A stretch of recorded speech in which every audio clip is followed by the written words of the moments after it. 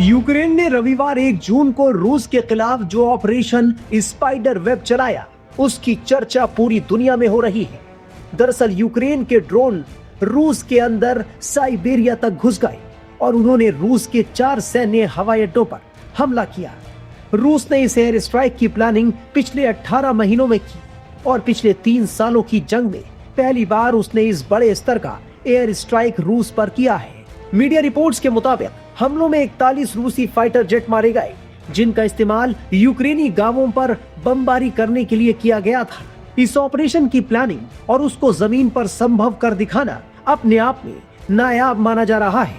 कई छोटे ड्रोनों को तस्करी कर रूस में लाया गया, मालवाहक ट्रकों में विशेष डिब्बों में रखा गया, हजारों मील दूर कम से कम 4 अलग अलग स्थानों पर ले जाया गया और पास की एयरबेस की ओर दूर से लॉन्च किया गया। यूक्रेन के राष्ट्रपति व्लादिमीर ज़ेलेंस्की ने रविवार को इस कोऑर्डिनेटेड एयर स्ट्राइक के शानदार परिणामों की सराहना की।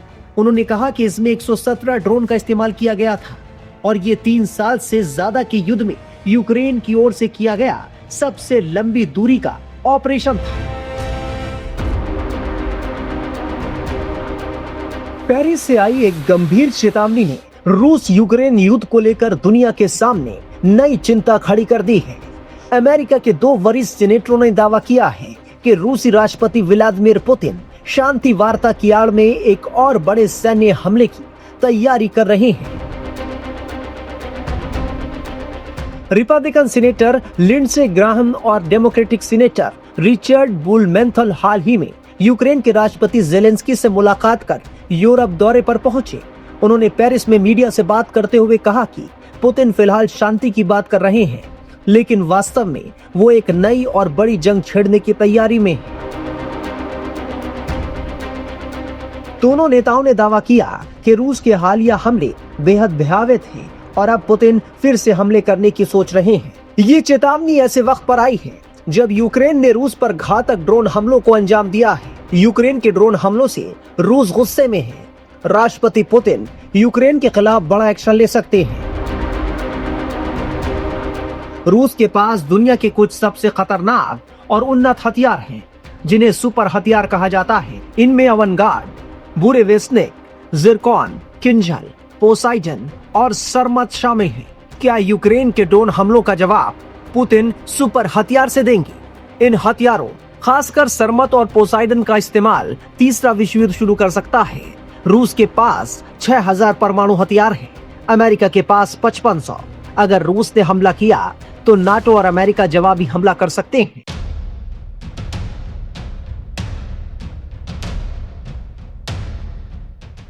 रूस और यूक्रेन के बीच युद्ध एक बार फिर जोर पकड़ रहा है। दोनों देशों में तनाव बढ़ता जा रहा है और इसकी वजह है यूक्रेन का रूस पर किया गया ताजा हमला।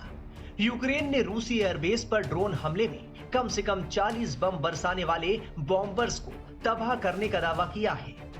फिलहाल रूस की तरफ से इसकी पुष्टि नहीं की गई है, लेकिन अगर पुष्टि होती है तो 2022 में शुरू हुए यूक्रेन युद्ध के बाद यह सबसे भयानक हमला होगा।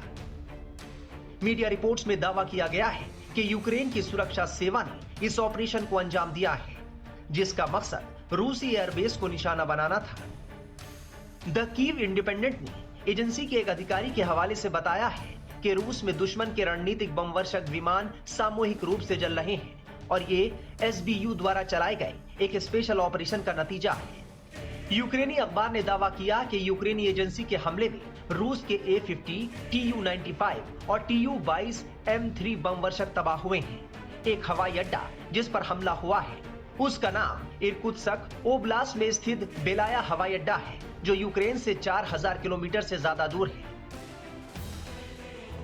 रिपोर्ट्स के मुताबिक ये हमले रूस के अंदर से किए गए हैं और कई अखबारों ने लिखा है कि ट्रकों के जरिए छिपाकर ड्रोन को रूस के अंदर भेजा गया था। एक ट्रक ड्राइवर की गिरफ्तार होने की भी रिपोर्ट है, हालांकि हम इन दावों की पुष्टि नहीं करते।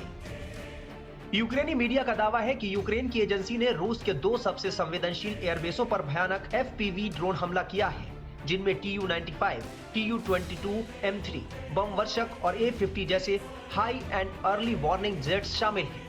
अगर यूक्रेन के दावे सही हैं, जिसकी हम पुष्टि नहीं कर रहे हैं, उससे पता चलता है कि कम कीमत वाले FPV ड्रोन एक परमाणु शक्ति संपन्न राष्ट्र के एक एयर डिफेंस सिस्टम को भी भेज सकते हैं। उधर रूस ने भी यूक्रेन के इस हमले का तगड़ा जवाब दिया है। यूक्रेन के सीनियर मिलिट्री कमांडर ने रविवार को अपने पद से इस्तीफा दे दिया।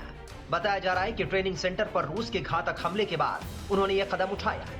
यूक्रेन के ट्रेनिंग सेंटर पर रूसी मिसाइल हमले में 12 यूक्रेनी सैनिक मारे गए, जबकि 60 घायल हुए हैं।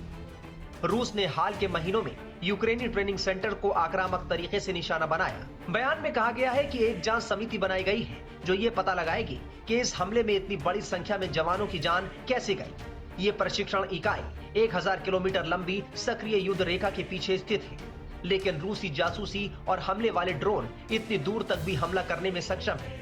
यूक्रेन की सेना सैनिकों की कमी से जूझ रही है और रूसी ड्रोन हमलों से बचने के लिए बड़े समूह के रूप में इकट्ठा होने से बचने जैसे कदम उठा रही है, क्योंकि रूसी ड्रोन लगातार अपने लक्ष्य खोजते रहे हैं।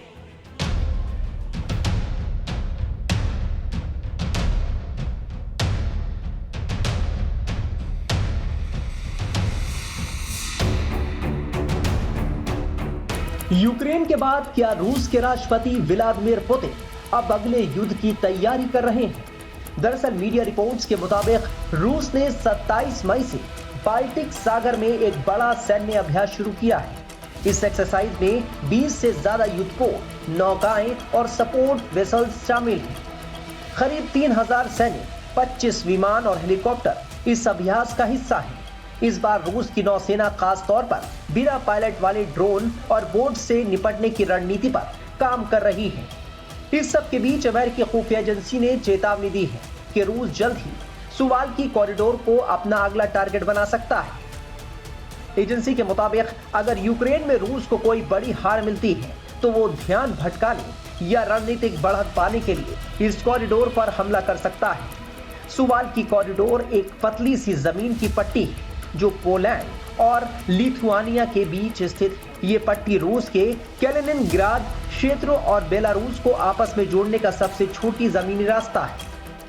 ये निसंदेह रशिया यूक्रेन युद्ध के संदर्भ में एक सकारात्मक घटनाक्रम है, सकारात्मक इस कदम है और इसी तरीके की अगर सद्बुद्धि, इसी तरीके का जो विजडम है, यदि दोनों पक्षों में प्रिवेल करता है तो जाहिर है कि इस युद्ध को इससे शांत कराने में, एक सीज फायर को और एक शांति प्रक्रिया को सफल बनाने में इससे निसंदेह मदद मिलेगी। और जो ऐसी रिपोर्ट्स हैं कि 307 युद्ध बंदियों को रशिया यूक्रेन ने स्वैप किया है, अदला बदली की है। और लेकिन साथ ही साथ ये भी दिखाई देता है कि रशिया ने और यूक्रेन ने एक दूसरे के ऊपर हाल के समय में बड़े हमले किए और रशिया ने अभी हाल के समय में अभी तक का इस रशिया यूक्रेन के युद्ध का फरवरी 2022 के बाद से सबसे बड़ा ड्रोन हमला भी किया, सबसे बड़ा एरियल हमला भी किया और यूक्रेन ने भी रशिया की फोर्सेस को बड़े हमले के माध्यम से निशाना बनाया। तो ये युद्ध अगर ये युद्ध अभी भी जारी है और इस युद्ध को समाप्त होना चाहिए। अगर ये युद्ध समाप्त होता है तो ये न सिर्फ इन दोनों राष्ट्रों के लिए बल्कि पूरे विश्व के लिए एक अच्छी खबर होगी।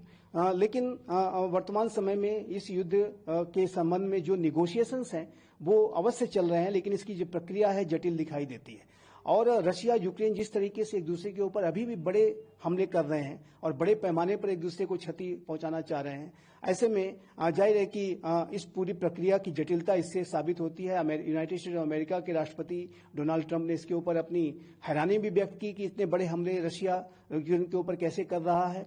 लेकिन जाहिर है कि दोनों देशों के बीच में अगर सद्बुद्धि से अगर ये राष्ट्र काम लेते हैं, विजडम प्रिवेल करती है, तो ये दोनों देशों के लिए अच्छा होगा और युद्ध के को शांत कराने में इससे मदद मिलेगी। और प्रिजनर स्वैप की ये जो डील है ये इसी दिशा में सकारात्मक कदम दिखाई देती है। इस कॉरिडोर की रणनीतिक अहमियत इसलिए है क्योंकि ये बाल्टिक देशों एस्टोनिया, लातविया और लिथुआनिया को बाकी यूरोप और नाटो देशों से जोड़ने वाला एकमात्र भूमि मार्ग है। अगर रूस और बेलारूस मिलकर इस पर कब्जा कर लेते हैं तो इन बाल्टिक देशों का बाकी नाटो से जमीनी संपर्क पूरी तरह टूट सकता है। ऐसी स्थिति में न सिर्फ इन देशों की सुरक्षा खतरे में पड़ जाएगी, नाटो के सामने एक बड़ा सामरिक संकट खड़ा हो सकता है। इससे पहले हाल ही में अमेरिकी राष्ट्रपति डोनाल्ड ट्रंप ने वेस्ट पॉइंट के दीक्षांत समारोह में अपने भाषण के दौरान रूस और पूर्व राष्ट्रपति बराक ओबामा के संबंधों को लेकर बड़ा दावा किया था। उन्होंने कहा था कि अमेरिका ने हाइपरसोनिक मिसाइल विकसित की थी जिसे विरोधियों ने चुरा लिया उन्होंने कहा कि पूर्व राष्ट्रपति बराक ओबामा ने रूस को हाइपरसोनिक मिसाइल की तकनीक दी है। देखिए, यूनाइटेड स्टेट्स ऑफ अमेरिका के राष्ट्रपति डोनाल्ड ट्रंप ने एक वेस्ट पॉइंट्स में दिए गए अपने एक संबोधन के दौरान इस बात को कहा है और इस बात को दोहराया है कि राष्ट्रपति बराक ओबामा के कार्यकाल के दौरान रशिया ने यूनाइटेड स्टेट्स ऑफ अमेरिका की जो हाइपरसोनिक मिसाइल की जो तकनीक है वो चुराई और उन्होंने इस फेल्योर के लिए बराक ओबामा के एडमिनिस्ट्रेशन की तरफ संकेत करते हुए ये कहा कि इस तरीके की जो तकनीक है वो हमारे अपने राष्ट्र के द्वारा ही रशिया को दे दी गई और जाहिर है कि उन्होंने अपने पूर्ववर्ती डेमोक्रेटिक एडमिनिस्ट्रेशन के ऊपर आरोप भी लगाए।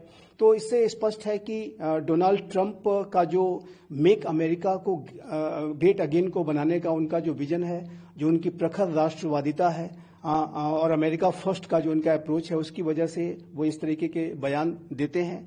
हालांकि इस तरीके के जो बयान हैं उसके लिए क्या सबूत हैं कि ऐसे मिसाइल टेक्नोलॉजी की, हाइपरसोनिक मिसाइल टेक्नोलॉजी की चोरी की गई, इसके बारे में अभी ट्रंप प्रशासन को खुलासा करना है।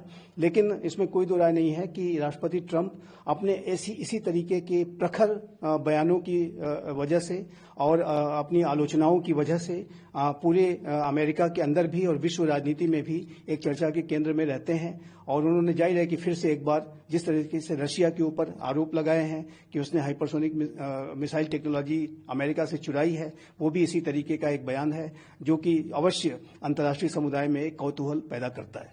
सर, पुतिन ने ये बात कहा है, राष्ट्रपति पुतिन ने कह रहे हैं कि रूसी हथियारों की जो मांग है दुनिया भर में बढ़ी है और साथ ही जो रूसी हथियार हैं, मिसाइल हैं, वो ऐसी परिस्थिति में भी खड़े उतरते हैं।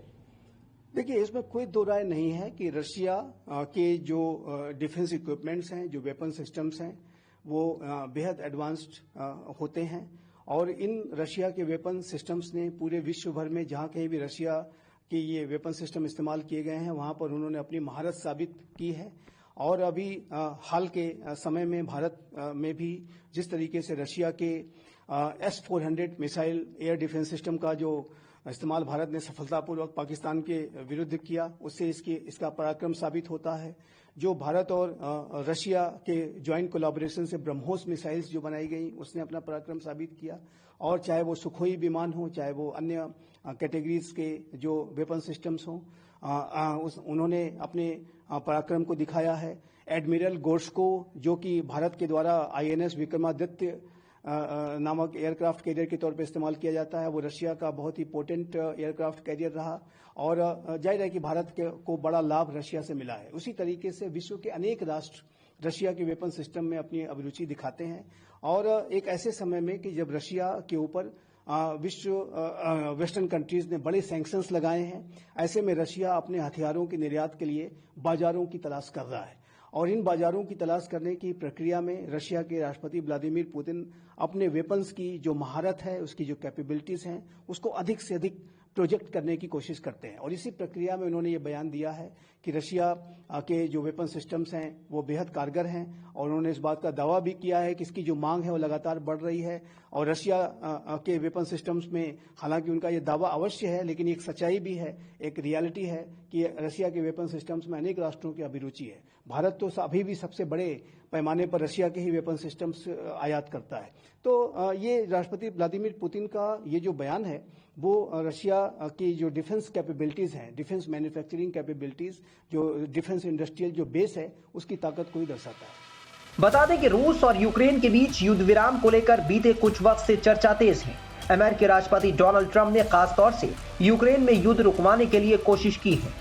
उन्होंने इसके लिए व्लादिमीर पुतिन और नेताओं से लगातार बातचीत की है और सार्वजनिक मंचों से इस मुद्दे पर बयान दिए हैं।